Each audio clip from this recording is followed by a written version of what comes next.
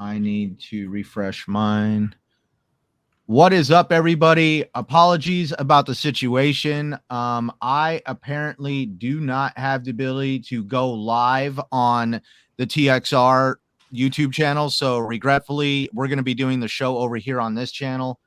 And we're going to basically on the replay. Thank you for anybody that catches us on the replay, but it will be moved over to the TXR channel. And we are putting the link up. But until then, let's say hi to tonight's guests. I'm actually really excited to have the one guest here, the Mr. Big Plume over on the Plume Network. Awesome YouTube channel, growing channel. And I mean, you've grown a lot lately, bro. And I'm actually excited to have you here. So please introduce yourself. Tell us a little bit about yourself and what you've been playing.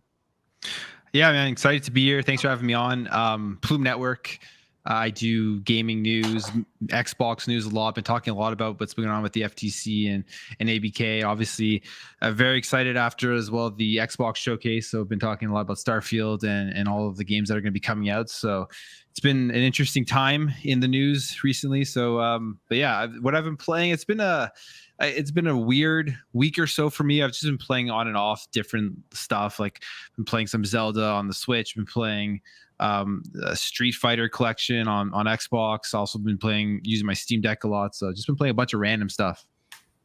Right on. Really excited to have you here. And we have another guest with us tonight. As you can see, Crusader and Invader both took the night off. They had some things that they had to get done. And so to help fill in, we have Mr. Dots RTS, our amazing friend that's always here to fill in. How you doing, Dots? I'm doing well. Happy to be here on another great Sunday night. Minus technical hiccups. Honestly, really no one's fault.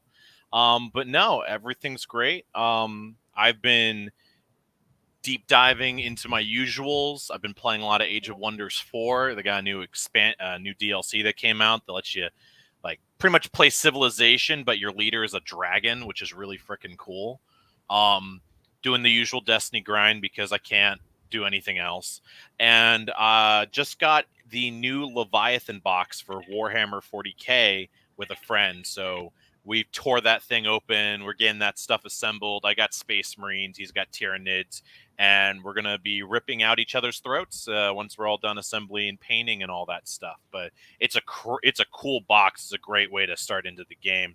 No shameless plug there. But no, happy to be here. Happy to be here. Happy to get on with these topics. Nice to meet Plume. And I'm ready to go. All right. That's pretty awesome. And Mr. General MLD, how you been and what you been playing, good sir? Hey, yeah, doing pretty good here. Looking forward to tonight's chat.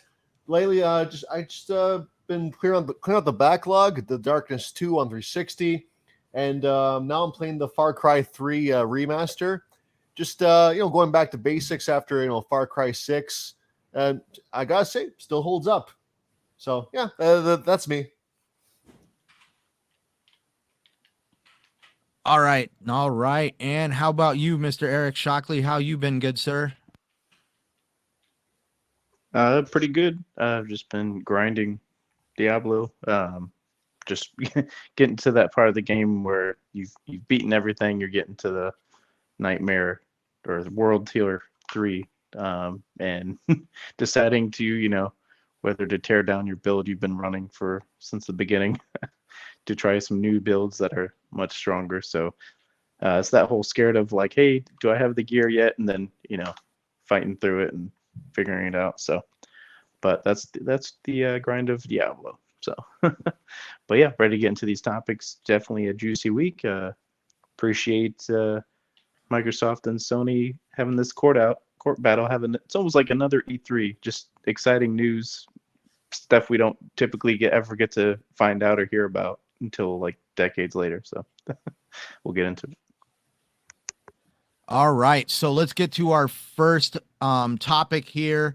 As we have, come on now. Let's all talk about the big elephant in the room. Everybody knows what's going on. We have Xbox, Microsoft versus the FTC over the Activision acquiring Activision. And to be honest, it has been an absolute entertaining, almost 4-letter word kind of show. And so it's definitely time to really dive into it all. Somebody who's been doing an amazing job keeping up with it all is our guest here, Mr. Plume. So good, sir. Please kind of give us the lowdown on the whole situation that's taking place and what you think about everything that's going on. Yeah, I mean, so it's been the first 2 days that they've had the evidentiary hearing for the preliminary injunction. FTC versus Xbox has seemingly sounded like it's been PlayStation versus Xbox with all the stuff that has been coming out. I mean, we got a lot of information so far, lots of questioning. Phil Spencer was on the stand on Friday, talked a lot about the acquisition, had to kind of explain to the FTC how the acquisition worked, was talked about exclusivity stuff with Call of Duty. We got a lot of information about like Indiana Jones is now going to be, we know confirmed it's going to be exclusive. It's just been lots of stuff that you wouldn't expect to be coming out unless it was in something like this. And it's created a lot of interesting talking points, I think, for the gaming industry. And it really seems like as of right now, the FTC's arguments are not sounding very strong. And a lot of people were believing that before this whole thing started, the FTC's arguments and case was very weak. And so far it's seeming like that. And we'll see what happens as it goes forward, because I believe there's 3 more days left, Tuesday, Wednesday, and Thursday, with some more questioning that's going to happen. We'll see if things turn around. But right now, Xbox is looking pretty strong right now against the FTC.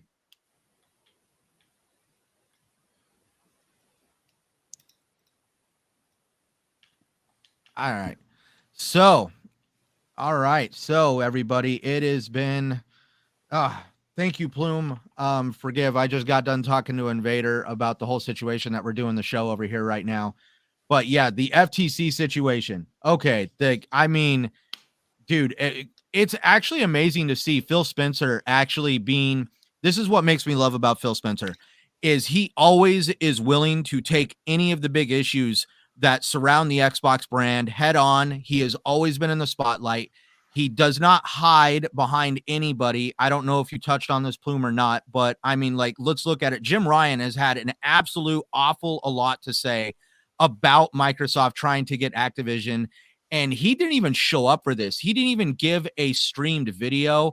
He literally gave a taped disposition that the FTC, I guess, played in court. And again, this is what I love about Phil Spencer. He took that stand and faced the FTC and really, in my opinion, embarrassed the hell out of them. I mean, there was a point where the judge actually silenced the lawyer for the FTC and pretty much told Phil Spencer that he did not have to actually answer one of the questions that were asked of him. And it's insane to see that also, that it almost feels like the FTC did absolutely no homework on how the game industry actually works. Like, like the whole conversation of what happens if Xbox makes an exclusive skin that you can only get over on Xbox? Oh boy. Please tell me you guys did not just say that, because I mean, you guys might have well just said the sky is blue, water is wet, and earth and the dirt is brown. What do you think about all this, Dots? I mean, like, it just seems like the FTC not only showed up unprepared, but it's like they're almost like half-assing it. I think that I don't know. I feel like it feels almost generational, because while for us, gaming is a massive part of everything, a lot of these people in these big, top end business, the FTC, or even just the court cases and whatnot, they're just unfamiliar with how big these gaming companies are, and like how like tight knit a lot of their stands are, and the legalities of what they have. And like, not every lawyer can be as good as our good friend who's been on the channel before. I zoned out on the name. Hogue Law. Not everyone can be as as good as him when it comes to gaming laws and whatnot. But it's just I feel like there's just this generational gap that it's like they come in, they're like this is a product, and we're just going to treat it like a product, and and with Sony versus Microsoft, and trying to keep games and services, the competitive nature of them there. And it's like, no, it's not the same, or it's a lot more advanced. It's a lot more involved than, these guys are just like, they're getting paid to, question and try to tear this down. And, Phil Spencer and Microsoft team is just like, no, we have this down. We've had this down for a while. And, yeah, no, like all the top brass of Microsoft, they're sitting down. They're like, ask us any questions. We will answer any questions, and we will all have the same thing to tell to you. And, you hit us with the hard questions. We don't care. We're going to hit back with hard answers, and we're sticking to them. And that everyone on that team is united in this is what we stand for. This is what we're going to do with this, property that they're aiming to get. And it's coming out very nicely. And it's good to see, even if Microsoft doesn't take the W for actually acquiring it because of, underhanded tricks, or Sony, kissing feet and, whatever, all this bullshit, like they're going to take a W in terms of, what they stood for and what they're saying, because they're in the right. They are doing something great, and they're going to do some more stuff great with what they're going to get if they get it. But obviously this is the real world, and unfortunately the good guy doesn't always win, because there's always some greedy backhand trick or some other legal thing. I mean, what was in the UK, they had the issue with cloud gaming. That was their stance to push back on Microsoft, and like, all right, fine, we'll collab with you guys on cloud gaming stuff. We'll push for that, and and show that this isn't just we'll take a knee to some stupid demand. No, fine, you're gonna hit us with that. We're gonna hit you back even harder. We'll work with you on cloud gaming. We'll try to set that up. Yeah, so it's good to see, and as Phil Spencer, on the front line doing awesome, versus Jim Ryan hiding in the back behind his army of frothing at the mouth people. So it's good to see powerful words and powerful stances being taken, versus, at least from Microsoft, versus all the other underhanded BS going on. Because last time you had me on and we were talking about the FTC and other legal things with Xbox, I was like, I just want this to be over, but we're so close to the finish, because just like Plume said, we got 3 more days, 27th, 28th, and 29th. And after that, there's got to be a quick decision, because obviously the big countdown was that the July 18th. That's, if we don't hit that point, then they got to reorganize the deal. And after that, who knows what's going to happen. So we're on a bit of a time clock. We're near the finish line, win or lose. But it's great to see that Microsoft is not missing a step. And anytime that they take an L, if anything bad happens with them, it's usually because of these, underhanded tricks and these, political BS, backstabbing, whatever, cutthroat business law. So before I was like, we got to get this over and done with. Now my eyes are glued on, and I'm like, I'm ready. I'm ready to see the result. And I'm rooting for it to be in our favor big time. Oh, for sure. I mean, here's the thing. I've always been a big fan of the underdog in any story. I mean, like, literally, I know it's Microsoft. I know they're a $1 trillion company. Are they really an underdog? No. But if we look at the Xbox brand specifically, they are an underdog. They, like, literally, before Xbox, it was like Sega, Sony, and Nintendo.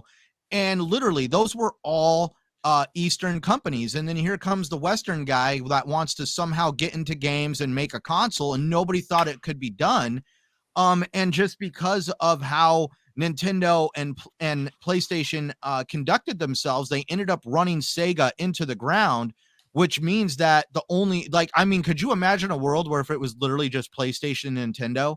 This is where I really feel like I'm glad that Xbox exists and that they have this huge underdog story that they are like literally the game publisher, the hardware manufacturer that could. And I'm not trying to sound like a shill in saying that, but it's good to see that Microsoft has really tried to take a lot of the issues head on.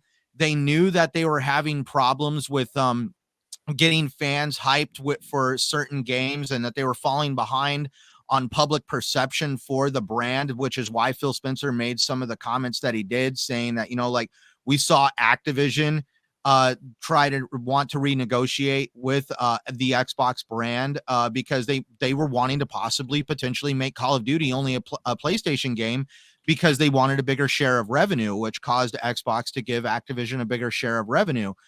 We saw PlayStation that has continuously tried to get third-party development deals, and it's all because third-party exclusive development deals, and it's all because the Xbox brand is so much smaller. They don't generate this big, huge amount of revenue that PlayStation does. And this is where I want Xbox to be able to compete. And like literally, because of the way PlayStation has been conducting themselves and the way they've been doing it, which is just throwing money around. Like we're talking about $1 trillion company versus a $1 billion company. And the $1 billion company is just throwing their money around, trying to get leverage any way they can, where the $1 trillion company is not throwing everything they got at the Xbox brand. And so therefore Xbox has to kind of stand on its own 2 feet a little bit, which is where they've been making purchases of studios versus just throwing money around to get exclusive deals through third-party developers. Before we get to General MLD, because I know he probably has a lot to say about this because he is just invested as any of us is, I would like to hear about Shockley because Shockley, what do you think about this whole situation? I know you've been keeping up with it as well. Yeah, I mean, as far as the court case and everything, it was good to see them to actually, get it pushed through to start with. I guess I forget who it was that kind of like forced their hand to actually, because we thought it was going to last until like 2025. They were just trying to. So yeah, it was supposed to last. The FTC was not actually supposed to do anything until August, where they were supposed to drag Microsoft into their administrative court. And when you're in administrative court, it's like basically you're in a court that is essentially owned by the FTC. The judge works for the FTC. With the situation over in the UK and the potential that Xbox might actually even think about potentially figuring out how to subsidize or downsize stuff in the UK to just basically cut the UK out without having to have them interfere in the deal in this point. They know that legal hurdle was with the FTC, in which case the FTC had not filed a preliminary injunction at the time. And so technically, legally, Xbox was still allowed to close the deal. And they put out this thing that they were going to close the deal. I knew that it was like they're playing chess, poker, whatever you want to call it. And essentially they forced somebody into calling their bluff. And that's where the FTC, all of a sudden, we're going to file a preliminary injunction. Well, okay, well, now you just made it a federal case, which means we get to finish this now. Yeah. And what I found funny, because I think we had already touched on this point, but I don't understand how there's not I get it. People in the FTC or the people like asking the questions or the head of the team that are going after Microsoft at the FTC aren't gamers. Sure. I just don't understand why there's not, hey, we're missing this expertise. It's probably just being arrogant, I guess.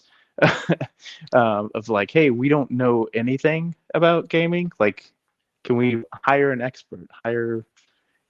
You could even go talk to somebody and have a disclaimer and, hey, we'll pay you this amount. Somebody from a gaming outlet, somebody, there's plenty of gaming people that are in the industry that are in San Francisco. Like, wow, the IGN people, not a cheap place to just give them an extra paycheck. I'm sure they'll be like, oh, cool, some extra side cash.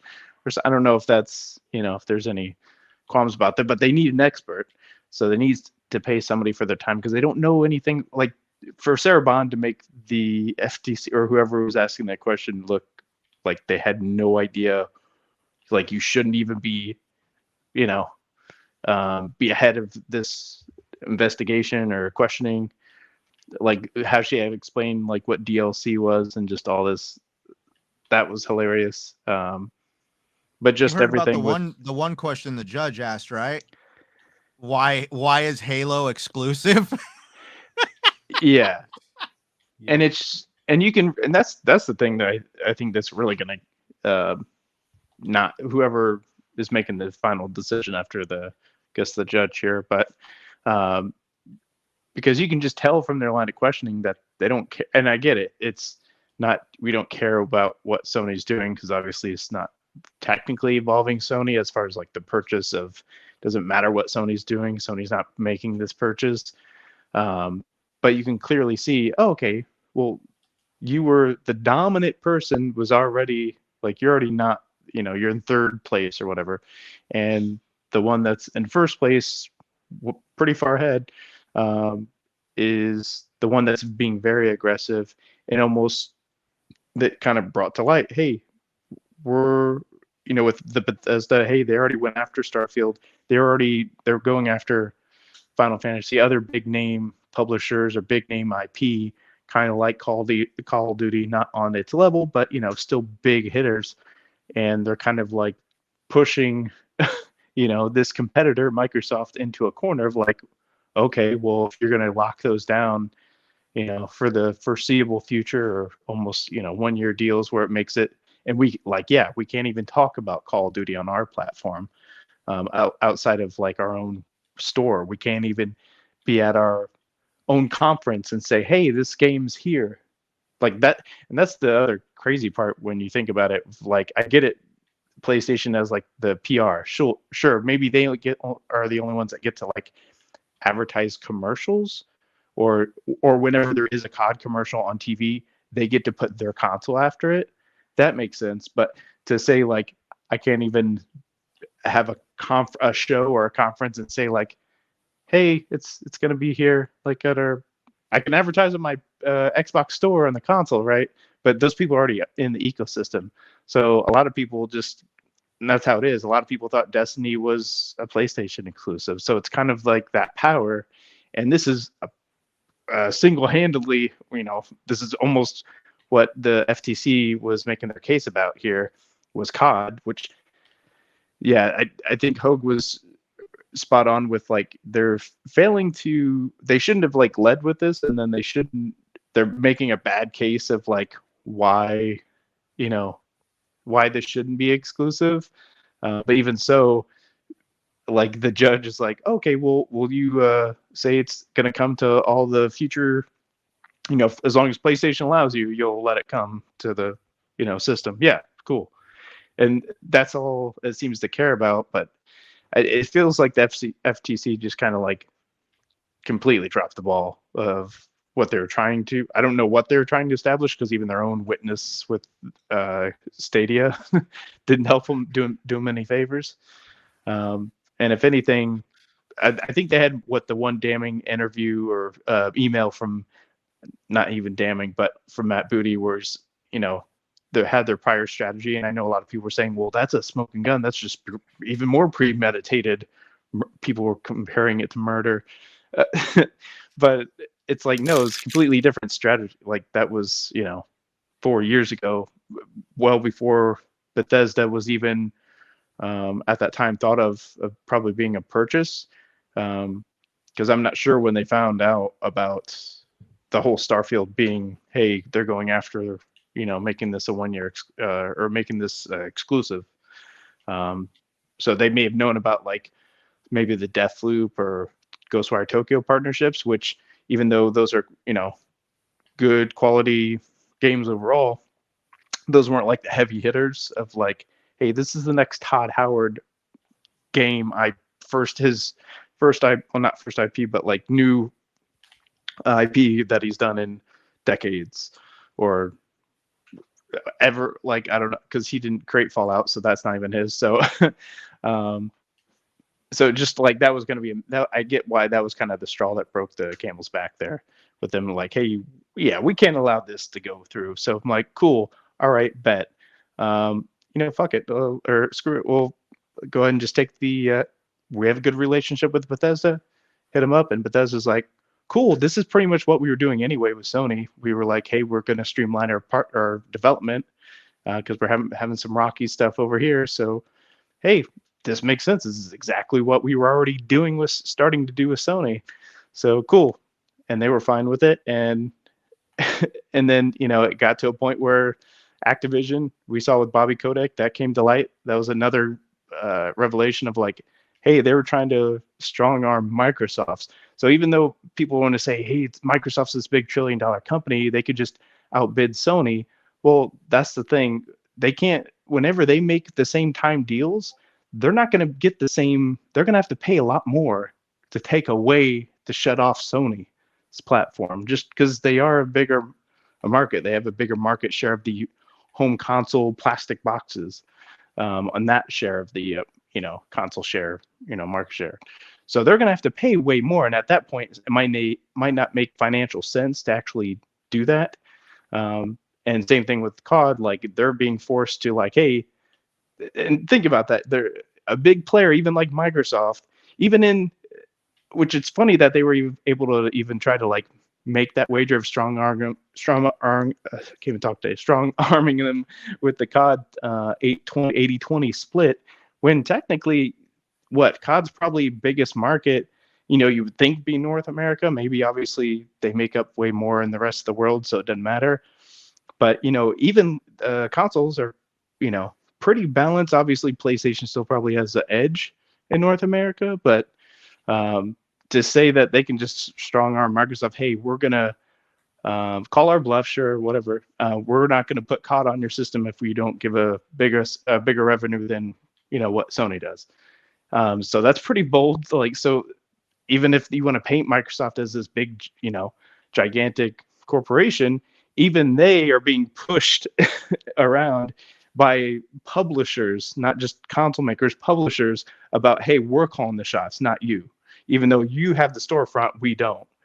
And Microsoft's like, all right, cool. Well, we'll just buy you. So, I mean, so at that point, they're, not being bullied around, but, it took $70 billion. That's not a small investment, especially for Microsoft. That's, in third, can see my Xbox is in third place.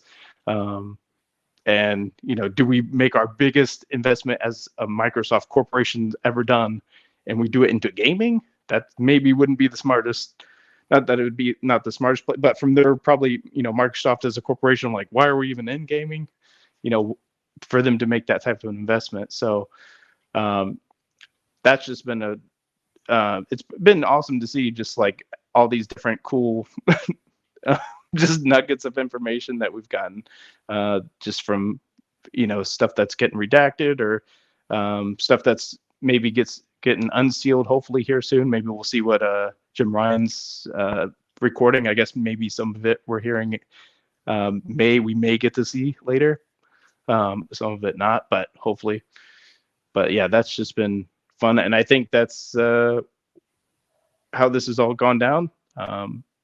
You're going to see probably, I mean, I'm hoping, obviously I can't, fully predict this, but it seems like it's going in Microsoft's favor so far, as, beat for beat. And even from when the judge had to like stop the FTC saying, hey, okay, we got to the point they don't even need to answer about the whole cloud thing, which is the big thing the CMA is having an issue with. So it just seems like the judge is kind of like fed up, saying like, yeah, this is ridiculous.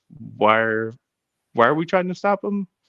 Like, this doesn't make too much sense. So hopefully it continues to go that way, and we find out, what's going to happen here sooner and later. And then we can just move on with this news that we've all been asking for since beginning of this year to be just done with this. But next week, I'm sure is going to be a lot of fun, to even more nuggets of information, that probably some more truth bombs coming our way. So, but yep. Yeah, dang. I mean, man, the insanity of this whole freaking court case. We actually saw the FTC lawyers drag a PlayStation 5 into court. Could you imagine just sitting in the courtroom and they're just like, yeah, evidence example, whatever C is a PS5. Like, what are you doing dragging a Plug game it in, console put up into the the courtroom? projector screen. It's like basically it's like they're taking the little cloth off and like, all right, everybody, this is a game console. Exhibit 1, God of War Ragnarok.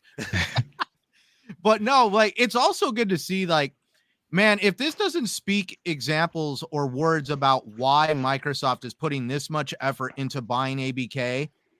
So let's just put it this way. Gaming is, for whatever reason, has always been seen as this passe. Oh my God, I can't believe you play video games. You must be this just like uber immature individual. But now gaming has basically translated into an industry that basically makes more money than movies, television, and music combined. It's absolutely getting insane. And so, I mean, if that doesn't speak words on why one company is willing to not only invest $70 billion, but also to put up a massive legal battle with the FTC and other world regulators, I mean, that just shows you how important gaming has become. And I mean, this whole conversation is so important that, I mean, it looks like Jim Ryan has joined us in the chat, or at least somebody called Jim Ryan. But let's have some more fun. Mr. General MLD, I know you've been sitting in silence. You've got a lot to say on this. Let's have some fun, sir. Please give us your opinion. Okie dokie. Well, a lot of good takes so far. There's some overlap here, but I'm generally I'm optimistic right now. See, this was always described as a high risk, high reward situation to fast track the entire deal. Yeah, instead of doing the whole thing in August, Microsoft, they somehow played the FTC to force the injunction and get this whole thing in federal court. Within 5 court days, they'll have this whole thing found out by next Friday. Fantastic. Like some of us thought we'd be going into 2024, but now that's might not be the case. Well, I mean, we're not there yet. We're only halfway done, but it's looking pretty good. Now, UK gamers, that's another story. We'll see we'll see how they deal with that, but that's another point altogether. Now, the FTC, these guys are just not prepared. It's clear their strategy is to win, not in court or like by facts, but by waiting out. All they have to really prove is that their court dates in August are worth pursuing to get more information. That's really all they really have to prove, is that things are maybe inconclusive or there's reasonable doubt. So the judge grants the injunction. Now that's where FTC would win, because no one wants to wait like X amount of years for them to drag this out. That's the only way they're going to win, and they know that. So, but they should have been better prepared. Not that I'm complaining. It's great news that they're not prepared, so the judge can rule in Xbox's favor. Now, what's also interesting is that it's like they're negotiating for Sony themselves. And that's wrong on more than a few levels. But the one that stands out the most is that they're protecting the market leader, and they're not looking out for consumers, because that's what this is really all about. They should be doing their job to protect consumers, not other market competitors. And it's clear that's not on their mind. Now, it's an odd stance sticking to console when even the CMA couldn't use that angle. Like, they're just dead set on this Call of Duty like being exclusive nonsense. When again, the CMA tried this like ad nauseum, and only in like the last couple months of the CMA investigation did they pivot to cloud, because like the math was there, the facts were there. They could not prove their case with that angle. So again, like they're not even copying other people's homework correctly. They're just going off the old homework. And then there's Jim Ryan. He's a no-show. Not even via Skype or whatever live stream. He's there as like a pre-recorded deposition. Like, come on. you make the biggest stink. I think he was the sole guy that made this whole process being dragged out as much as it is. So they made the biggest stink, and he's not even there. That to me says something. Meanwhile, Satya Nadella, Phil Spencer, Sarah Bond, they're all there, ready and willing to answer questions. And I think that's kind of why I think he's not there. A little bit because he's a coward, but also because imagine what a Microsoft lawyer is going to ask Jim Ryan, and he will be under oath to answer.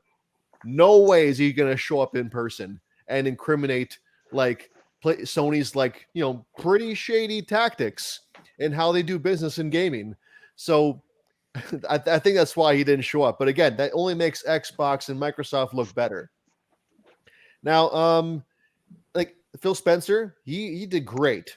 Like he just straight up destroyed their case by saying under oath numerous times that he will pledge that Call of Duty will stay on PlayStation, even the next PlayStation.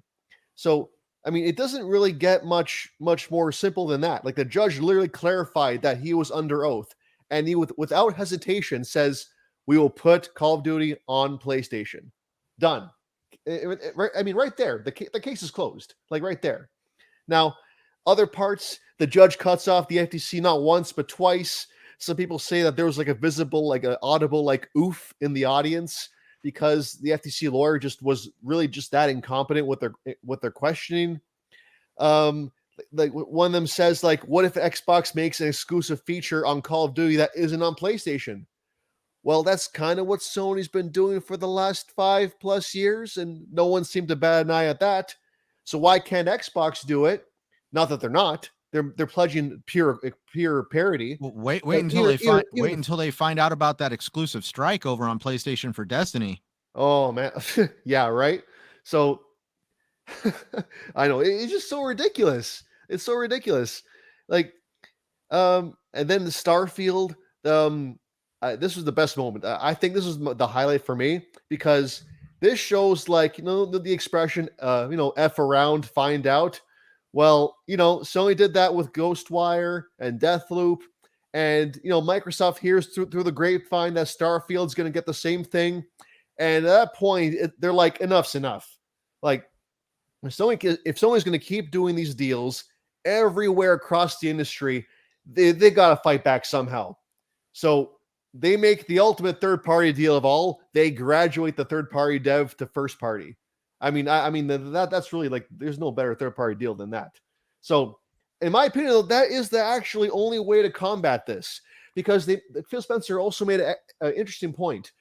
It's not people on Twitter when they say, "Oh, well, why can Xbox just outbid Sony?" It's not that simple. Because of the console install base, Sony's deals are cheaper because all they're doing is paying for whatever revenue that Xbox would have generated. But if Xbox were to make the same deal, it's got to be 3-4 times as expensive because they have to be forced to pay for PlayStation's lost revenue, the revenue that PlayStation would give them. So, given the odds are stacked against Microsoft and Xbox's favor here, they really can't play by Sony's rules anymore. They really can't. I mean, you can do that with indie games where the budgets are small, maybe some niche AA games, but AAA games, no way. The deck is too stacked in Sony's favor. So what can you do? You buy the whole publisher. Essentially, you lock Sony out from making these deals, forcing them to look elsewhere. And you get the value brought back into your system. But even so, the Xbox ecosystem is pretty big. Like PC day one, Sony doesn't do that with their exclusives. So, I mean, it's not like it's just on Xbox. Like, far from it. We all know this. So I'm glad that it exposed what Sony is capable of, and I think it gives Xbox a little more. It's more relatable. Like we sympathize with them more because at the end of the day, like, they had to do something. If Sony keeps doing what they're doing, Xbox has to respond somehow. So, and if this Starfield was going to be PlayStation exclusive at one point, what's so wrong about Xbox having it exclusive? At least it's guaranteed on PC day one. At least it's day one on Game Pass. So it's far more accessible and consumer friendly being an Xbox exclusive than it would be a PlayStation exclusive. And I think we all know that, no matter where our bias lies. So there is that. And then there's some minor things like the Stadia rep. He was used as an FTC witness, but he ended up helping Xbox by admitting that they competed with PC and PlayStation. And the FTC was arguing that like cloud was a separate market when the guy admitted that he competes with them. And of course, and he said he wasn't really concerned with Xbox cloud as much at the time. Because I think back then, xCloud was only like in beta, or like it was only beginning to be rolled out. Stadia did come first. So xCloud wasn't really competition at the time. So Stadia failed because of Stadia, not because of Xbox. So those were my highlights. Next week we have Bobby Kotick and Satya Nadella. So there's more fun in store. I think we're going to get a lot more juicy information. But from what I'm seeing here, FTC, they don't really, I think the judge is smelling the BS here. And FTC, they got a ways to go before they can prove guaranteed harm to consumers, because they really have no case right now at all. I don't want to be too cocky. We'll know by next Friday. There's still a couple days left, but Microsoft, they got this. Like, so far, so good. I don't think they could have done their job any better. They did a pretty good damn job. So we'll see. Hopefully I'll get these Diablo 4, all these Activision games on Game Pass by the end of the summer. That's my goal. So we'll see. No, like you said, there's been some juicy information coming out. I mean, we have actually got some clarification on a few things. Like like for starters, the one thing that really sucks to hear is that the Xbox brand was getting to a point where they had to do something to recapture investment from other developers and publishers in the industry, because they were in third place. They were falling very far behind when it came to consumer preference and also just hype around the ecosystem. But that's where Microsoft, like you said, they pivoted. They found out that that PlayStation, Sony was actually negotiating with Bethesda to make Deathloop and Ghostwire Tokyo exclusive. Now, what's kind of funny is we all know they became timed exclusives, but when you look at some of the wording, it almost feels like they were trying to negotiate for those games to be outright exclusives, kind of like what's happening with Final Fantasy a lot. And they were going to try to make Starfield an exclusive for the PlayStation brand. And like you said, Mr. General MLD, they were going to make it exclusive, which means it would have not made it to PC. But that's where now we have found out through the testimony of Mr. Pete Hines during this whole proceeding, how he told the FTC that not only is Starfield an exclusive for Xbox, but we are also now getting Indiana Jones as an exclusive for Xbox and PC, that they had to renegotiate the deal with Disney to make this game exclusive to the Xbox ecosystem and for it to come to Game Pass day and date on its release day. And that was probably a giant middle finger to the PlayStation executives over there, that you no longer get Indiana Jones. But also, this is where I think it's really funny on how the FTC was trying to make it sound like this is just some big deal that they took away yet another game from the PlayStation brand, like with Redfall. But like, let's look at it objectively here. We have seen a number of Marvel games, Disney IP, exclusive to the PlayStation ecosystem. And we are also seeing the Knights of the Republic remake, whenever the hell that comes out. I know it's stuck in development hell, but whenever that game comes out, it is probably still going to be the timed exclusive that it was supposed to be over on the PlayStation brand. So we already see a number of Disney IPs exclusive to the PlayStation ecosystem. Why is it a big deal that a Disney IP is going to be exclusive to the Xbox ecosystem? Dots, we're going to start off with you. It's certainly a thing. I don't know, because I know kind of doing a small backpedal to we were just talking about the lawsuit. I know another thing that kept going on about was that if they don't make it exclusive, if they don't make Call of Duty or other games exclusive to Xbox and let PlayStation have it, they'll make the games worse on those platforms on purpose. And I know that was like a whole load of bullshit and whatnot, but like that kind of edged me on as what kind of grasping for straws are you going for with these things? For exclusivity, I don't know. It could be another generational thing. Having a Disney product is kind of big. Obviously, the gap of fan base between Star Wars and Indiana Jones is monumental. Absolutely, like there is no debate that there is more Star Wars people than Indiana Jones. Now, I like Indiana Jones. Great set of movies if you don't include Actually, past the third movie. Can I give you some food for thought real quick? Yeah. We've all heard this when it comes to relationships. Absence makes the heart fonder. I'm sorry, but we have had people since Disney has gotten a hold of the Star Wars brand, it feels like everybody has Star Wars something or other. It almost feels good to see Harrison Ford playing Indiana Jones once again. And I mean, like, for whatever reason, I feel like I'm more hyped with this Indiana Jones title. And it's not because it's an Xbox title. It's just because it's freaking Indiana Jones. And I mean, I grew up on Star Wars. And I saw it was made by the guys who made the recent Wolfenstein games. And those games are great. Like, I have a good feeling that this game will come out great.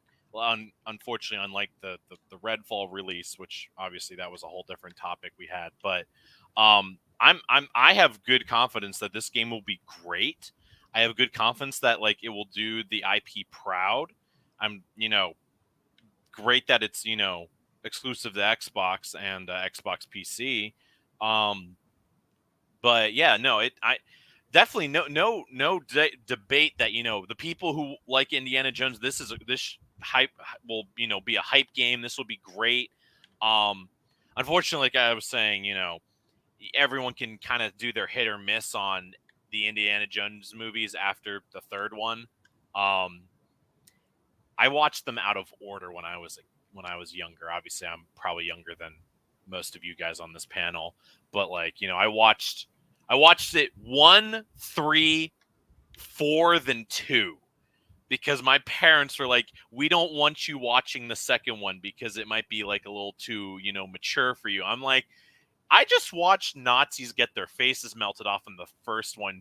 And I watched a guy get like, dissolved into dust in the third one. Spoilers. Sorry, guys, for, movies of that day and age.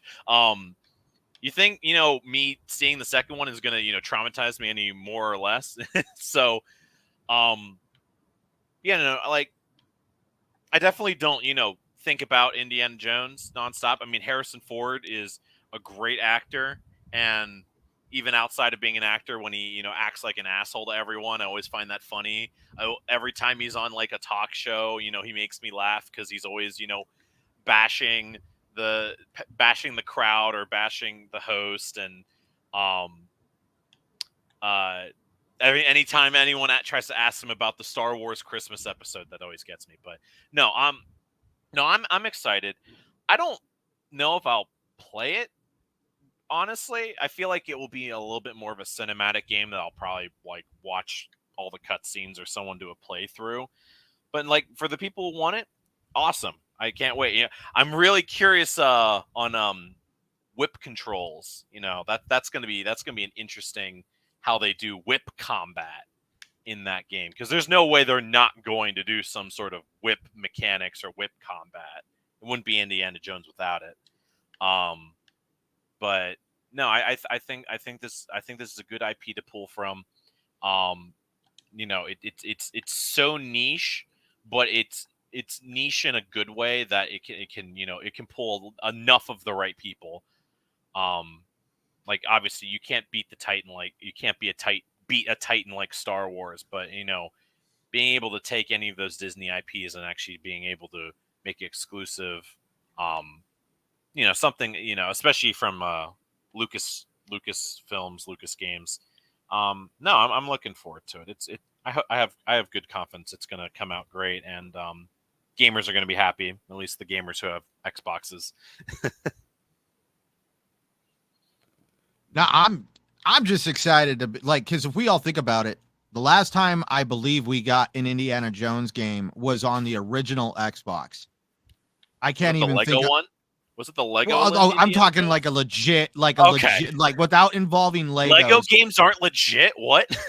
Dude, I play more. Dude, okay, I have played almost all the Lego games, so trust me, I'm not dissing Lego games. I'm just saying, an actual video game in the world of Indiana Jones without Legos, or like some spoof game that is trying to make like an actual developed, licensed, hey, this is an Indiana Jones plot style game.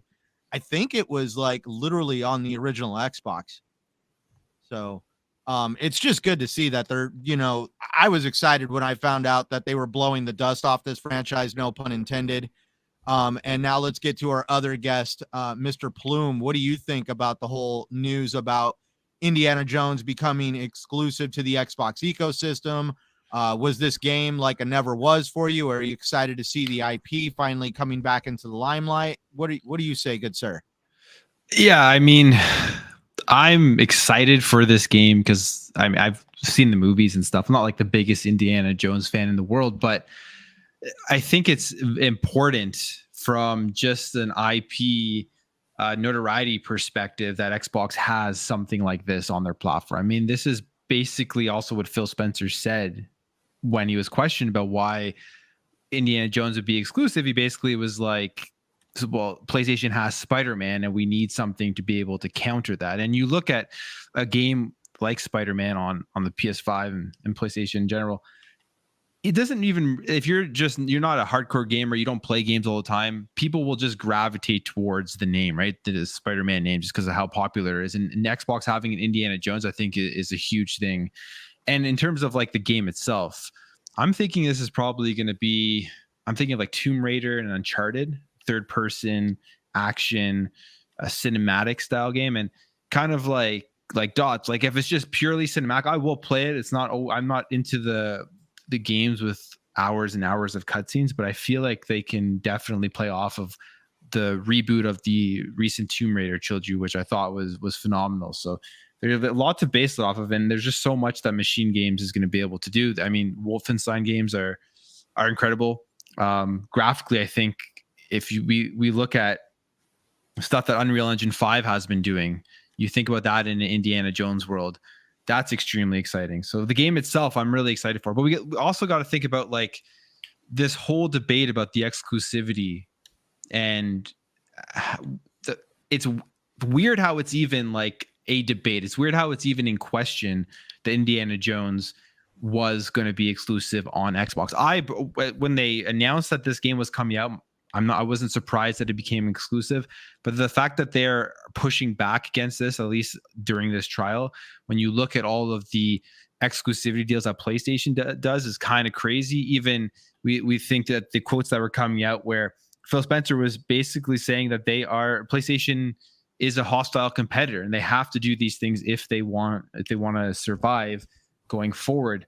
And one thing I think is pretty apparent now, in terms of how this entire console war, if you want to call it that, is going, is that Xbox needed to they realized that they can't beat PlayStation in terms of strictly the console wars, and they've come up with a way to, I think, in the future be bigger and surpass PlayStation in terms of revenues and everything by having the ecosystem, having Game Pass, having cloud gaming, and the subscription and all that type of stuff.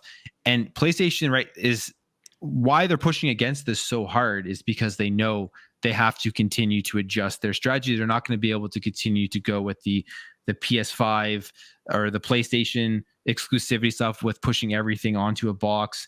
And they don't have the money to be able to compete on the same level as Xbox has when it comes to buying up stuff like Activision, buying up stuff like Bethesda, and being able to get all of those games into a subscription service that will be, at the end of the day, better than what PlayStation is going to be able to offer, because right now they're not even offering their first party games on there. So I think games like Indiana Jones are huge.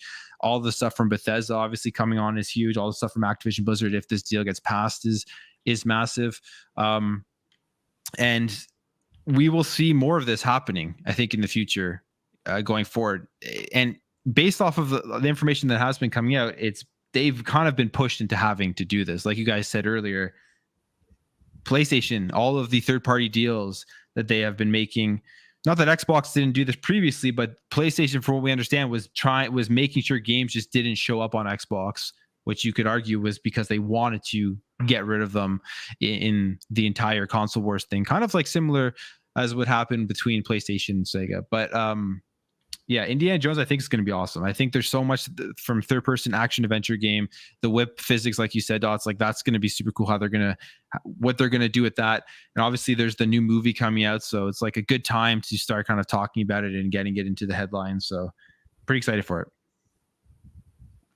Yeah, definitely a lot to be excited about for the Xbox brand, because it almost feels like we're seeing a new version of the Xbox brand start to emerge, an uber aggressive, ready to go toe to toe with the guy who's basically been strangling the industry for a while now. It's definitely great, and it's a good time to be excited. So let's move on to Mr. General MLD. What do you think about the news about the Indiana Jones IP becoming exclusive to the Xbox brand, and that the Xbox brand is actually trying to get more exclusives like this to be on the ecosystem? Well, first, it's a little funny that on Twitter, a lot of everybody's invested in this thing on some level. And some are just trying to like score some points by saying, why do you guys care about this stuff? Like it doesn't do anything for you. Like there's no announcements or anything. Well, I beg to differ. This is like an actual like announcement that if Xbox were to put it in their showcase, it would get a lot of cheers. A lot of people would love hearing about this. So it's funny how we got really good news from a court hearing. So that was actually nice, because it was up in the air. No one knew if it was going to be exclusive or not, because the initial deal was to make it multi-platform. But I'm glad, because it's Machine Games, is an Xbox studio, and they went to Disney and renegotiated, and they were okay with it. So fine, excellent, great. It's day one Game Pass. It's Xbox ecosystem exclusive, and I'm definitely going to play it, because it works out. It works out nicely, because yes, like you guys touched on it before. Sony's making all these deals with like Wolverine, Spider-Man, KOTOR. Like people are saying, Xbox, like do something. Like sure, you got a lot of first party now that are under your belt, but there's still a lot of pop culture icons out there that are just are just beyond video games. And I think Xbox, I'm glad they know that they needed one of their own. Now, is it as big as Spider-Man? No, of course not. But it's still, Indiana Jones will still have a big following. And whether or not the movie out right now flops or gets an audience, I think people will feel nostalgic for like a classic Indiana Jones game. Like where Indy's like the main protagonist and in his prime for when this game is eventually out. So I think the fan base will show up for this game once it does come out. And also for Machine Games, it's good because they'll get some exposure. Because as great as Wolfenstein, the last one they made was, I played it, I beat it myself, fantastic game. Graphics were gorgeous, gameplay was tight, a great FPS. Apparently, it didn't sell too well. So for one reason or another. This way, they can bank on the IP to generate that kind of attraction off the bat. All they got to do is apply their magic, like make the game itself as good as they made Wolfenstein, but with Indiana Jones, and there you go. Like, I think the quality is going to speak for itself, and the IP will bring gamers to it as well. And I think the rumors are like it's going to be a mixture of third and first person, whip mechanics, all that kind of stuff. I think Machine Games is up to the task. Like they're a pretty competent studio. So it's good that they got it, and I hope it's not the last either. Like they really need more of this stuff because Xbox they're doing everything right now. They're buying publishers, they're investing in their own studios, and I'm glad that they were able to secure another exclusive for what is a first party studio from them. I think enough of their own first party studios are making multi-plat games. You didn't have to add machine games to the list. And it's funny, in the courtroom, FTC tried to list this game as an example to kind of like get like a gotcha moment kind of thing. But it's weak on a few levels. Number one, this is a single player game, and Call of Duty is a microtransactions, multiplayer heavy. So the two don't mix. Also, I think the last true, like you said, the last true Indiana Jones game was on the original Xbox. It's been a while. So the IP is very uncertain, again, compared to Call of Duty, an established annual IP that's very, very popular. So it's apples to oranges, really. So it's these kinds of games that it really doesn't hurt Sony too much if it's Xbox exclusive. But it will help Xbox. It'll keep gamers up to Game Pass. If they go hard on this, make it an exclusive bundle, that'll move the needle a little bit. So every game helps, and I'm glad Xbox sees the importance of these pop culture IP that they're securing. So yeah, good news. I'll play it. Yes, definitely some good news. I mean, dude, it's so funny when you watch that court case when they're trying to use it as an example, like, you know, like you said, a gotcha moment, and they were questioning Pete Hines about that, and even Phil Spencer. And then all of a sudden because they're like, oh, it was a game that was also in development for the PlayStation that you took away. And it's like, almost like, have you heard of Final Fantasy VII? And like literally it was like, so like the FTC, the judge, and other people, and like even some people in like the casual gaming consumer base had no idea that Sony was actually as aggressive as they are. And that's where I have to actually kind of, because I also listen to Dustin Laguerre. He even said on his channel, welcome to the gaming industry, because this is how it is. And it's like all of a sudden, like the FTC, the judge, and a couple other people in the audience were like, oh my God, we had no idea it was like this. Oh, what do you think, Mr. Shockley? Are you excited for Indiana Jones? Was this game on the radar for you? And are you excited that it's going to be an Xbox exclusive? Yeah, that was really cool. It was kind of like almost like a second E3. It is weird that if they were willing to, I can't remember in the court if they had to mention this was exclusive, or I can't remember how it came about. But it's, unless it was like something they didn't want to disclose yet and it got brought up to where they had to answer it. It's weird that they didn't show it in the E3, because that could have been like I mean, I guess they didn't want to show off stuff too early, so I guess they're just waiting, or probably wanting to wait till they actually showed off to say it. But I mean, heck, you had the Starfield announcement. Hey, it's exclusive, and they showed us like someone starting an engine for a rocket, and I guess the date. But yeah, that was kind of cool to find out. You know, hey, not only that, because I was just wondering if it was going to come to Game Pass, because like the Outer Worlds they did try to work up a deal with Private Division, and they weren't able to get it to be exclusive, but they were able to get it to come to Game Pass day one, which, you know, was pretty shocking that they were able to pull that on their part on that end. But yeah, I think everybody was saying, oh, this is an example. They didn't honor the contracts like they said they were going to do with Bethesda. And I'm like, oh, they honored the contract. Amending a contract is not breaking it. It's still the original contract. This did not, people get it misconstrued that if a deal was in place for it to come to PlayStation, that's them breaking the deal. No, see, that's the thing. This deal didn't involve PlayStation. It involved Bethesda or ZeniMax and Disney coming to terms saying, hey, we're going to make a game. Which platforms are we going to because obviously Sony's not going to say no when they send it to Sony to say, hey, can you prove this?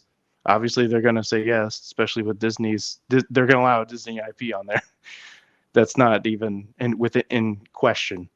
But the deal was between ZeniMax and Disney. That was it. Just those two players. So now Microsoft owns ZeniMax, so it's really between Microsoft and Disney. So all they had to do was like, hey, are you okay with us doing this? You know, making it exclusive, doing a day one Game Pass. Cool. They do that. They get them to agree to those terms, and they amend the contracts. They didn't break anything. It's not the same deal as, you know, had they the Deathloop or the Ghostwire Tokyo. That was a deal between ZeniMax, which now would be Microsoft, having to honor that contract because it's directly with Sony and ZeniMax or Microsoft at that point. So obviously Sony's not going to, after announcing that those games were, you know, coming as like year one exclusives, weren't going to redo that deal. Why would they? They needed those IP to help sell their, you know, console when they didn't have as much first party to shell out that year of 2020 or 2021 or whatever. So it's not the same deal, but it was cool to see that they were able to get those strings pulled, because I didn't. That was the only sad part when they first announced Indiana Jones. Was like, oh, cool, but that was like also the deal's not officially done yet. So if they made that deal with Disney and announced it, then that means this probably not going to be exclusive. And at most, I was just hoping, hey, at least that would be cool if they could at least make it Game Pass. That's one in itself. We, you know, just get it with our Game Pass membership that we're already paying for anyway. So that would be a win in itself. But they get both. That was pretty neat. So hopefully it's a solid game. I'm thinking they're, you know, taking their time with it. So hopefully Machine Game, you know, makes a solid title. But yeah, it's a cool new thing that now you add that up with all their other IP coming. So that's just another thing in their cap. Obviously, we haven't even seen what id's working on, so hopefully they're working on the next Doom successor or whatever. You know, there's so many studios they have now. So if you just add that into the portfolio, it's just nuts. And if they get this deal to go through, it seems like, which I don't understand how like they even let that slide, because I think at some point in the FTC was like with the whole COD, like they kept talking about COD, but like they just want them to get him to commit to that. I'm like, there is other, I get it. It's a massive IP. It's the biggest one there, but pretty much, but they have Blizzard. There's this game Diablo that just dropped. Like, like then what if the next Diablo, like they didn't care about that? I'm like, all right. Like they're not even, they should just say all Activision, Blizzard, King, but it seems like they're only really like, hey, we are committed to bring COD over there. And I think when they first made the deal, they were like, hey, we'll continue to make sure Activision titles. So it seemed like, hey, they were going to just, hey, if we have to get this deal through with all Activision titles coming to PlayStation as they already are, cool. But it seems with all this bad blood and all this stuff that's gone down, and it seems like with the court just talking about COD, and after this, if this does go through with the FTC and the EU and all that, and they actually go ahead with the deal, I wouldn't be surprised if anything other than COD is exclusive, or like everything else other than COD. But yeah, it's awesome that they were able to get this deal signed, and they were able to just. That's why this Corecast has been. I thought it was just going to be boring, like mundane stuff, but it seems like every day there's a new revelation or just some new nugget of information that we didn't know about before. So, and to find out, hey, we got an exclusive and it's coming to day one Game Pass. Like that was like, oh, I didn't expect to have a E3 drop today. But yeah, hopefully we get some new information that's even more exciting next week. Maybe we hear about some more games that are exclusive that we didn't see coming. You know, it's ironic that you mention E3 because, like, we got the Xbox showcase, Then we got the second Xbox showcase, or like the expanded showcase, and we had all these game show, like the game showcases from all the brands, Ubisoft, Nintendo, Jeff Keighley's Summer of Games. And yeah, this almost felt like yet another games showcase, especially with some of the information coming out. But let's not make this show all about the FTC versus the FTC versus Xbox for Activision.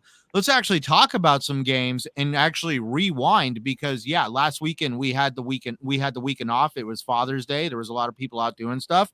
And just before that, we had a lot of game showcases.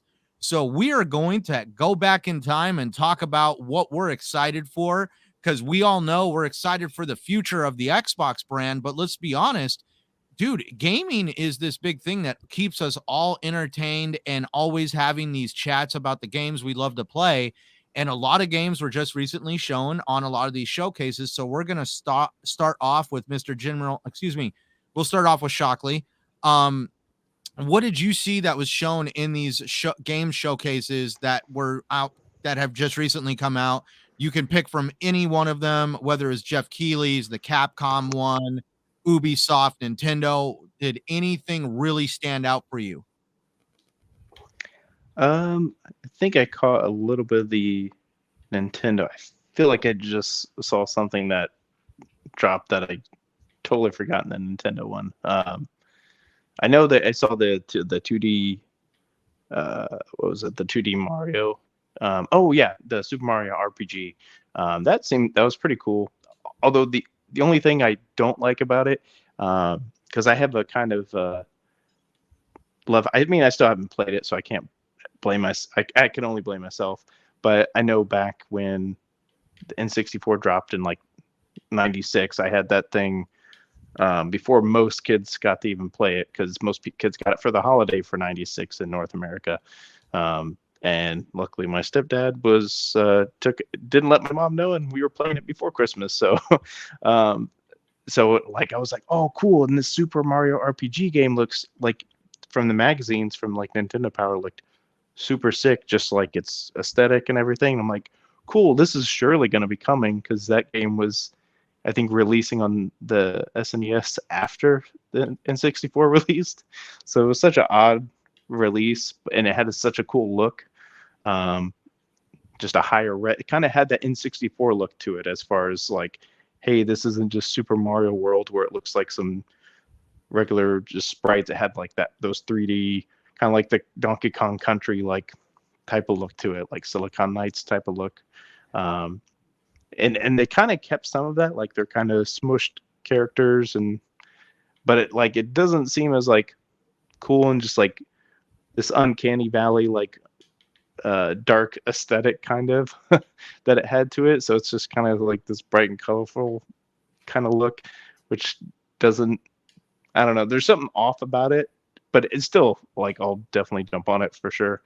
But yeah, that was the only thing I was disappointed on. I'm like, oh, cool, that's awesome that they're doing that. And then it's like, they could have just made it just a little bit more of the look that it should be.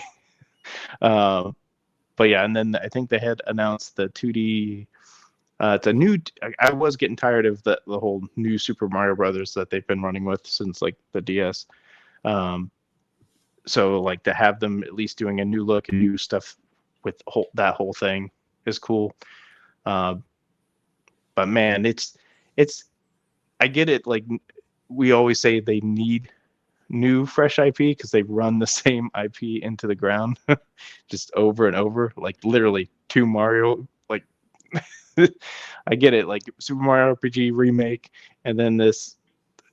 It's just, I wish that they would announce, like, create some new IP. They created some most beloved IP, but they just, I guess, what was the last thing, Splatoon? That didn't really, I'm sure it is popular with people, but I don't think it's nearly on the level of their other creations, as far as like that popular characters compared to like Mario, Kirby, Zelda, like all that. I don't know. Sometimes the Mario overload just gets a little too much, but they look like awesome games. So, I mean, I'll definitely play them for sure. But yeah, those are I would say, the highlights from that show. I don't think I saw anything else other than what we had already kind of heard about. So I don't think it caught too much of the Jeff Keighley, other than I think I saw snippets of the Star Wars game that looks like it would be pretty cool. Since we didn't really see that in the Xbox show, we just kind of saw like the CGI trailer. So but that's cool. New open world like Star Wars. Because that's what Ubisoft should do, because some of their open world games get a little on the boring side. So hey, at least they're taking a IP that you're probably not going to get bored with, investigating its world and all that. So those are probably the highlights of this summer, between like from Nintendo show and then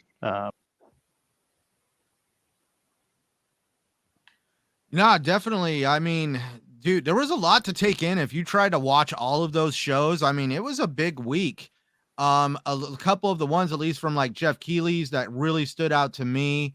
Well, like you said, like you did actually talk about the Star Wars game that actually was put over on the Xbox One, and then it was touched more on the Ubisoft show. But with Jeff Keighley's show, we saw John Carpenter's Toxic Commando. That one really kind of like stood out to me. Another one, Pal World, Pokemon with guns. I have never played a Pokemon game a day in my life, but apparently me and my wife need to check this one out. That one is on my radar for sure. Banishers, Ghosts of New Eden. That was just some that were shown on Jeff Keighley's. Then on the Xbox Extended Showcase, we saw Lightyear Frontier. Don't know why, but that actually looks like it'd be a fun game for me and my wife to play and enjoy. Lies of P. There is actually a lot to be excited about, especially with the Xbox brand and what they're going to have over there. I mean, they did a deep dive on Avowed. We got to see that there's going to be DLC for High on Life involving Knifey. Dude, there is a lot to take in. What do you think, Mr. Jenner MLD? Was there anything that kind of stood out for you? Did you just watch the Xbox show, or did you did you tune in for any of the other shows, and did anything capture your attention from them? I did keep track of a little bit of everything. Let's see, Ubisoft, the Star Wars game looked pretty good. I'll keep a loose eye on that one. I'll see if Ubisoft formula can translate well into that IP.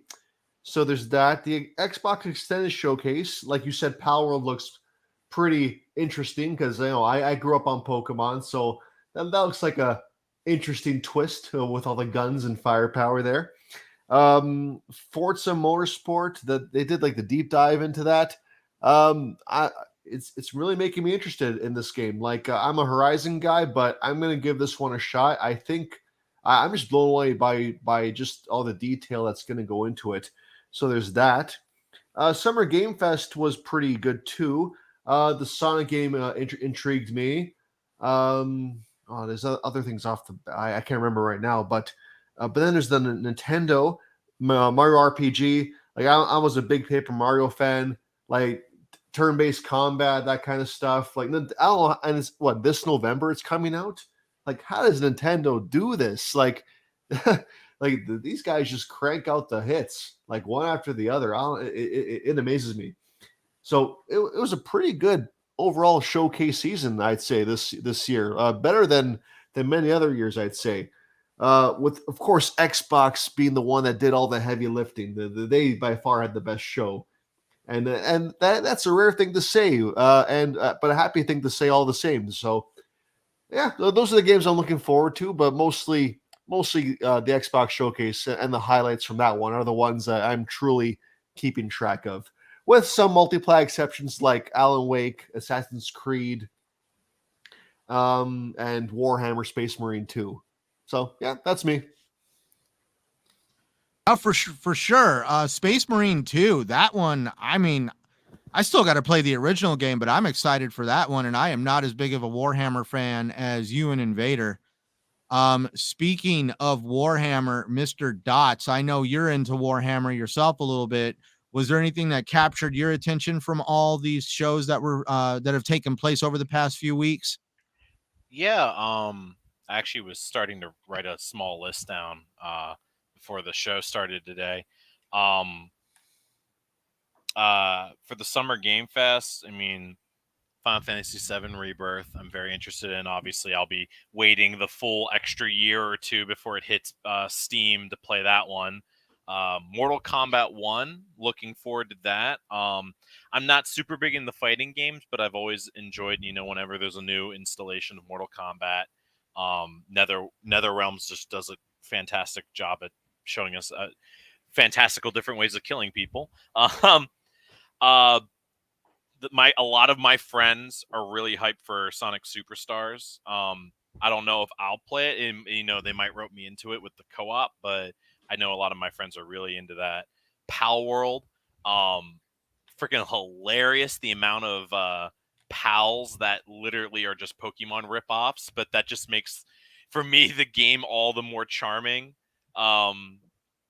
It's just funny seeing like, hey, that looks like but with a gun.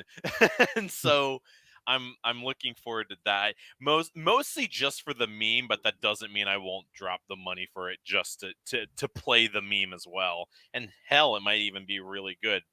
I mean, the fact that it's getting this much traction from just the marketing of it, as literally just being called, hey, we are a Pokemon ripoff with guns. I'm impressed that it's actually getting this much traction and, popularity. I'm actually looking forward to that. Lord of the Rings Return to Moria. Lord of the Rings Dwarf Minecraft, more accurately. I am actually excited for that one. I don't know why. But I like the idea of, just being in the Lord of the Rings universe, playing Minecraft pretty much in one of the most unique location. Well, I wouldn't say unique, but one of the most memorable locations from Lord of the Rings, from the first movie, even if you're a movie goer and not a book reader. But that's going to be huge for those nerds. I mean, they're already eating up the new Magic the Gathering set that just came out for Lord of the Rings. So that fandom's never dying. Obviously, Space Marine 2, I was blown away the fact that they announced 3-player co-op for the campaign. I was expecting just basic multiplayer like the first game, but 3-player co-op? That's going to be that's going to bring up the replayability factor on that game. Because I know people who will be like, hey, yo, I want to play the single-player campaign of Space Marine 1 just because it's really good. Mindless fun and slaughter. And it's like, bro, let's bring 2 friends. Let's do this again and again. Oh, you just got the game and I've owned it for a month. I'll play the campaign with you. It'll be a blast. Stuff like that. I'm really looking forward to that. In the Xbox Extra Showcase, everything really looked good. I like the little update to Hi-Fi Rush. I know a lot of my friends would be excited with Phasmophobia coming to consoles and having cross-play. That's a big thing for them. I don't play Microsoft Flight Simulator, but the fact they're getting an Ornithopter from Dune looks really freaking cool. So that's really neat. I didn't look into Lightyear Frontier until you mentioned it. I'm like, Farmville with mechs, color me intrigued kind of thing there. I know a couple people were talking about 33 Immortals. The freaking 33-player co-op. I've never heard of such a thing. What a weird random number to pick from. But that also just sounds like a blast, having a 33-player PvE content thing. I'm looking forward to that. When it came to let's see here. What else do I have written down? Oh yeah, with Ubisoft, it was Star Wars Outlaws, all the way. That is definitely something like that in the Star Wars universe. I know a lot of people are just all about lightsabers and using the Force, but I've read a couple of the books, and just the perspective of the universe through someone who has zero concept of the Force or Jedi or Sith, and also the fact that it's during the Galactic Civil War with the Empire and the Rebellion, or at least in that general timeline. That's one of the best timelines to go in. It's, going away from the main story and the heroes, just seeing the universe in that timeline with someone who is not Force sensitive, who's just a gunslinger, or whoever you decide to make them, bounty hunter, gunslinger, smuggler, whatever. That just sounds really, really cool, and I can't wait to see how that exploration goes. But yeah, no, I'm, a lot of good showcases. Looking forward to a lot of things coming up, and the rest of this year and next year is just, constantly getting better for us gamers. There's so much content and variety to choose from. Main thing is, hopefully we can keep up as the gamers. Thank God for Game Pass, right? No, for real. But here's some really good food for thought. So, not to be the nerd or to get into the lore, but technically in the Star Wars universe, there is people that are Force sensitive that are not Jedi or Sith. They are actually undiscovered. Basically, if you keep up with the lore, you need to have metachlorines in your blood system to actually interact with the Force, and that's what made Darth Vader so special, is he had a metachlorine rate that actually was off the charts when they tested his blood. So that's where you can technically be Force sensitive and neither the Jedi or the Sith know you exist, and you yourself would not even know that you have the capacity to interact with the Force. You would just be one of these people that would just be like, hey, I'm a badass pilot because I have like this intuition where I just know what to do, and you have no idea that it's actually the Force communicating with you. So, I mean, like, we really don't know exactly where the plot is going to go with Outlaws, because we just saw that, like, I won't get into it, but if you play Jedi Survivor, like, literally, I mean, there was a major plot twist that involves somebody that was a Force user. So let's just say, like, I mean, like, you could have those moments where you were like, oh my God, I didn't even know they could do that. So let's get to our final member here on the panel, our esteemed guest, Mr. Plume. Out of all the games that were shown at all these showcases, out of whichever one, which ones captured your attention and basically pinged your radar? Yeah, I mean, there is actually a decent amount of games. The next couple of years are going to be insane with the backlog, and I don't know how we're going to play them all. But starting with like Summer Game Fest, right off of the bat, Mortal Kombat 1, like the gameplay they showed off there looked incredible. All the ways you can kill people, just I can't wait to jump into that one. I'm not good at fighting games, so I usually generally just play through like single player. Mortal Kombat has a good single player mode, so I'll definitely be picking that up. If I go online, I'll just get my ass kicked all the time. Prince of Persia, they showed it off at the Summer Game Fest, and then they showed it off more in depth at the Ubisoft show. And I actually like thought it looked great as a 2D side-scrolling action platformer. I know there was like a big like split where it got a bunch of thumbs down and people were not happy with what they saw, probably because they wanted to see the Prince of Persia remake instead, which we know isn't anywhere near ready to be shown, or if it even is coming anymore. I'm not sure, but I thought this one looked really cool. I'm actually pretty excited for it. It comes out early 2024, I think in January, and it looks like a game that's right up my alley. I love my side-scrolling action platform games. Sonic Superstars looks pretty good. I'm excited for that. I actually just picked up Sonic Origins Plus, so I like my Sonic games, and this looks like it graphically and stuff, and the side-scrolling part of it kind of looks like Sonic Generations a little bit with the art style they went with, so that looks cool. Those were all in the Summer Games Fest. Other than that, I feel like for Summer Games Fest, for me, all of the big hitters they showed off at the beginning, and then it got kind of boring further on. But there was like Banishers, which looks good. The Palworld game, like you guys all are excited for. I'm pretty excited for it too, as a guy who likes Pokemon, and then seeing it with the guns in there, I think it's going to be a lot of fun.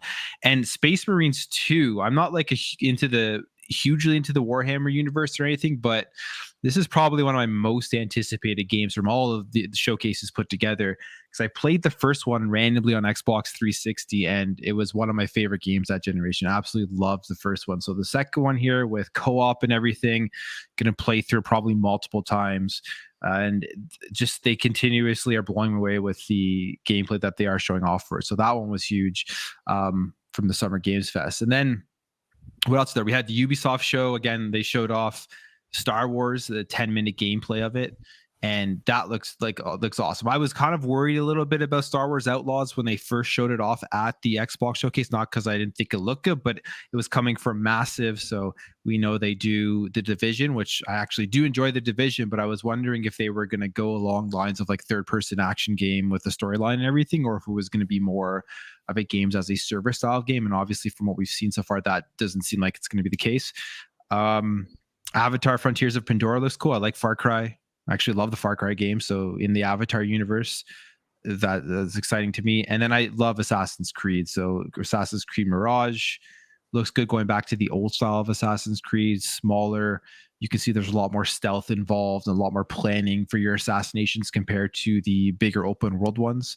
So all those games look, I mean, Ubisoft show was weird. It was like they had good games in between just very odd segments of random people dancing and doing, it's just boring parts. I don't know why they broke it up like that, but if they would have just shown only those games, I think it would have been awesome. What else do we have? Nintendo Direct, like the Super Mario RPG. I played the original, so I'm excited for the remake. Super Mario, the new side-scrolling game. I like my Mario games. And then besides that, Luigi's Mansion Dark Moon is cool because that's like a remake, I believe, from the DS version. And I like my Luigi's Mansion game, even the Luigi's Mansion 3 that came out on the Nintendo Switch. I don't know if you guys have ever played those. If you do have a Switch, though, it's a really good looking game and fun game on a platform as underpowered as the Nintendo Switch. I was actually blown away playing through the Luigi's Mansion 3. So that looks cool. And then, I mean, from there, I'll probably play some more games for there, but nothing really that did blow me away. And the Xbox Extended Showcase, it was okay. I mean, there was nothing there that was really crazy. I like how they got further into Avowed and they talked more about your companion character. And we saw more of the graphical stuff that's going on with all the colors and everything. I know that was a topic of debate. I think Avowed it looks good. It's obviously different from what they originally showed off with the teaser, but it's definitely right in the Pillars of Eternity universe. So it's right up that alley with the terms of the actual look of it and everything. And I think that they're going to do a good job with that. Towerborn from the Extended Showcase as well looked really good. Side-scrolling RPG action type of game I like.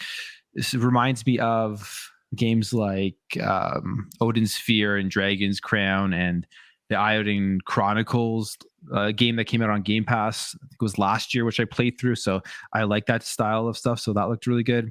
And then, I mean, Hi-Fi Rush Arcade Challenge updates Hi-Fi Rush, which is one of my favorite games this year. So I'll probably be jumping into that and seeing how hard it gets and what my scores can be. But besides that, I mean, Lies of P demo came out. They showed that there, I believe, at the Extended Showcase, which I've played through, which is a ton of fun. But yeah, there's actually a lot of games that I'm excited for. It's an insane year. All the showcases were decent, but like, again, the Xbox main showcase was far and away the best one so far. I think, well, I guess they're all over, but it was far and away the best one out of all of them. But yeah, lots to look forward to. Yeah, definitely no argument there that the Xbox showcase was pretty much the highlight of all these shows because they really knocked it out the park. And I'm not saying that because I'm an Xbox fan. I'm just saying, and tuning into them, watching what was offered, Xbox really delivered a lot of stuff that I was interested in. And that goes way beyond first party studios. This is all about just the breadth of gaming that was offered in that show altogether. But that does do it for tonight's show. We thank everybody for tuning in to the chat, checking it out on the replay. Just as a word of warning that, yes, this was like an emergency impromptu thing to have the show on my channel because we definitely wanted to have the show with Plume here. We wanted to have our discussion. For those that are capturing it on the replay, you will find it over on the TXR Podcast's main YouTube channel. We are going to upload it over there. So to finally start kicking off our end here, Mr. Plume, thank you for joining us tonight. You have an amazing channel yourself, so please let everybody know where they can find you. Yeah, I appreciate you having me on. It was great discussions about everything, Xbox, FTC, all that stuff. You can find me on YouTube at Plume Network and Twitter at Plume Network. Those are the two best places if you want to interact. Right on. And our other guest, our special friend here that's always willing to come when the TXR bat signal hits the sky, Mr. Dots RTS. Thank you for being here, good sir. Where can we all find you at? Thank you again for having me. Short notice and technical difficulties doesn't matter to me. I'm always here when you guys need me. I'm always happy to talk to you guys. Nice little second family going on here. You guys, if you haven't already, you can find me at Dots RTS on Twitter. That's my primary social media at the moment. On Xbox, Chaos Dots or us. But yeah, no, always happy to be here. Always happy to talk to you guys. Can't wait to, see where the future of gaming goes. And this is going to be an interesting week coming up with the FTC. So everyone keep your eyes open. Yeah. Oh, yeah, definitely going to be an interesting week for sure. We will finally have some clarification on whether or not this deal is going to happen or not. It's definitely going to be, everybody's going to have their butts glued to the seats. Popcorn's going to be served in the stands. We are all looking forward to what's going to take place this week for sure. And definitely keeping up with it all would be our good friend, Mr. General MLD. So good, sir. It was a great show tonight. Where can we all find you at? Yeah, thank you. Had a lot of fun. You guys can find me at MLD Ghost on Twitter, gamertag Ghost MLD. And here's to next Sunday where we hopefully have some good news to talk about. I know, right? That would be a very interesting show. And also the internet would probably more than likely be burning down to the ground at that point. But still. Yeah. All right. And for our final panel member, Mr. Eric Shockley, thank you, good sir. It had some really great input tonight. Please tell everybody where we can find you at. Yeah, as always, you can find me at Shock Nero on Twitter, Easy Shock on Xbox Live. But yeah, thanks for our guests for dropping in, helping us fill up our spots. And thanks for their patience and us trying to, and everybody else listening, trying to get that some technical difficulties, but it was a good show tonight. Hopefully I'm sure, I think they have to decide on Thursday. I don't know if I think it's just the final hearings on Thursday, so I don't know when we actually get a decision of if there's an extension, which would kill the deal, but I guess we'll find out Thursday. But we'll probably have some new juicy nuggets of information. And then hopefully we get more redacted or more stuff cleared up that wasn't redacted. So yeah, I'm looking forward to this week. Hopefully, but unfortunately it doesn't start until I think Tuesday, Wednesday, and Thursday, so nothing tomorrow. But yeah, hopefully we get some juicy info. And yeah, definitely there's going to be some leaks for sure. I'm curious what's going to be leaked after the whole proceedings are done, where some lawyer very sillily kind of left a piece of paper laying around or something got leaked. Like everybody said, we're hoping to see that disposition with Jim Ryan hopefully come out. Definitely some fun times ahead, especially with what's going to come out after the proceedings. For those interested, please locate the TXR podcast, of course, on YouTube. You can also locate them on BitChute, Spotify, and other streaming services. Also, please check out our other panel members that couldn't make it tonight, Mr. Crusader 3456, and of course, our amazing main host, the man that keeps the lights on around here, Invader 1986. I am, of course, Centurion 1307. I thank everybody for joining us here tonight on my channel. Yes, of course, this is my channel. You can also locate me on Twitter and Xbox Live at Centurion 1307. And until next time, everybody, thank you for tuning in, and you guys have yourselves a good night.